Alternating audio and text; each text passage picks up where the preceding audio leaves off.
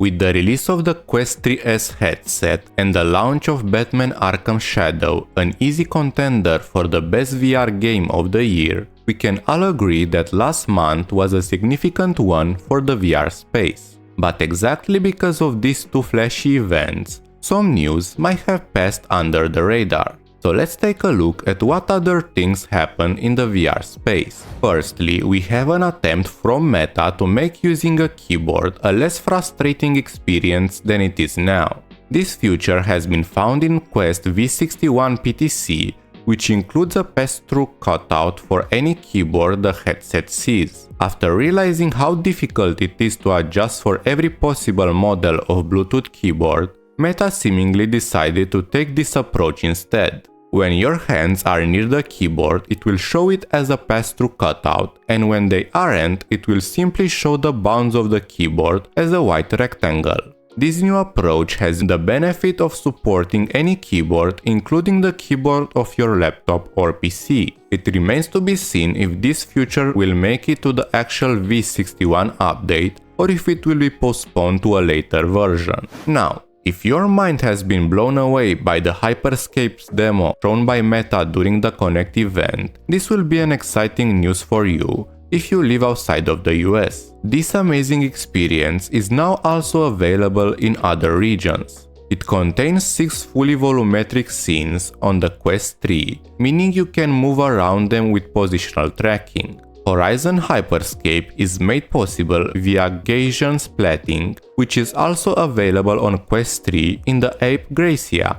Meta describes Hyperscape as powered by cloud streaming and says the scene were scanned using mobile phones plus post-processing in the cloud. Because the scenes are rendered in the cloud, seemingly using Meta's Project Avalanche streaming technology, the app starts by checking your internet connection speed and latency to make sure it's sufficient. But you can proceed even if the app deems it isn't. This is one of the first glimpses of what cloud streaming can achieve for VR, and let's hope we will see many more in the future.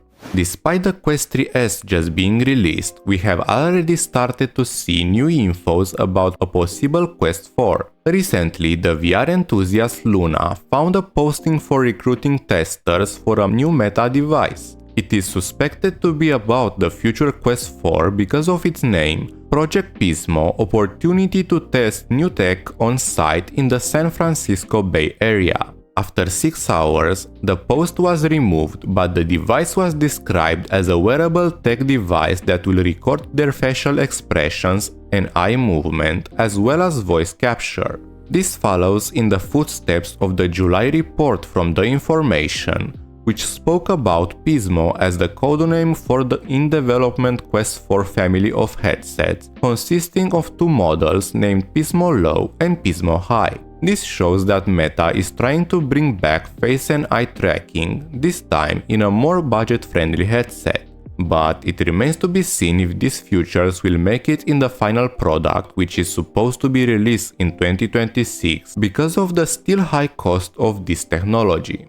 We also had more news about the first non-Pro Vision headset Apple is planning to launch in the future. According to Bloomberg's Mark Gurman, this device could arrive sometime next year and cost around $2,000. In a previous report, he said Apple was discussing prices between $1,500 and $2,500, and now he come back with a more precise number. He also claims Apple is expecting to sell twice as many units as Vision Pros. But contrary to what Gurman is saying, in a recent report, the supply chain analyst Min-Ching Kuo claims that the cheaper Vision headset will be delayed beyond 2027. This is the first time when these two sources report such drastically different claims, and obviously one of them will be proven wrong in the future. Honestly, a delay makes sense to a certain extent, taking into account the struggles Apple had in finding low-cost micro-OLED displays that satisfy their standards. We will find out which one is right in the following months, when most likely more information will be revealed.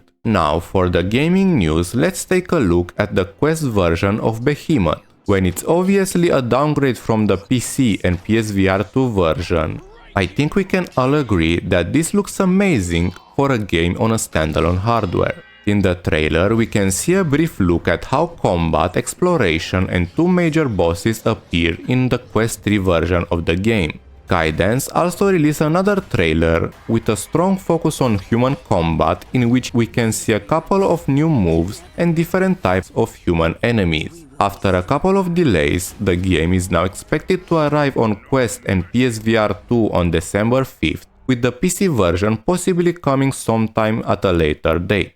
Also, the MetaQuest Plus subscription has become a lot more appealing since last month, because Asgard's Wrath 2 has been added to the catalog. For just $8 a month, you can play one of the best games on the platform, and you will also get access to other interesting games like Green Hell VR, Walkabout Minigolf, Until You Fall, Demio, Space Pirate Trainer, and more. I also hear that the ones who have the subscription receive discounts for other games that can be found in the catalog. So this is definitely worth considering if you don't already have a big library of VR games. Finally, let's take a look at how the release of the Quest 3S has been received until now. At the time of this video, the 128GB version of the Quest 3S is the second top selling device in the video games category on Amazon US, and previously has held the top position for more than half a month. Also, the VP of Meta, Mark Rapkin, revealed on X that the Quest 3S is bringing the highest share of new VR users since the Quest 2. These are both amazing news for the future of VR. The more people we have in the VR space, the more the developers and companies will be willing to spend money creating better VR and MR experiences. I can't wait to see how well this new headset will sell over the holidays, and how many of them will start appearing in future hardware surveys. This is all for last month's news. If you enjoyed the video, consider subscribing for more VR content. Hope to see you next time. Goodbye.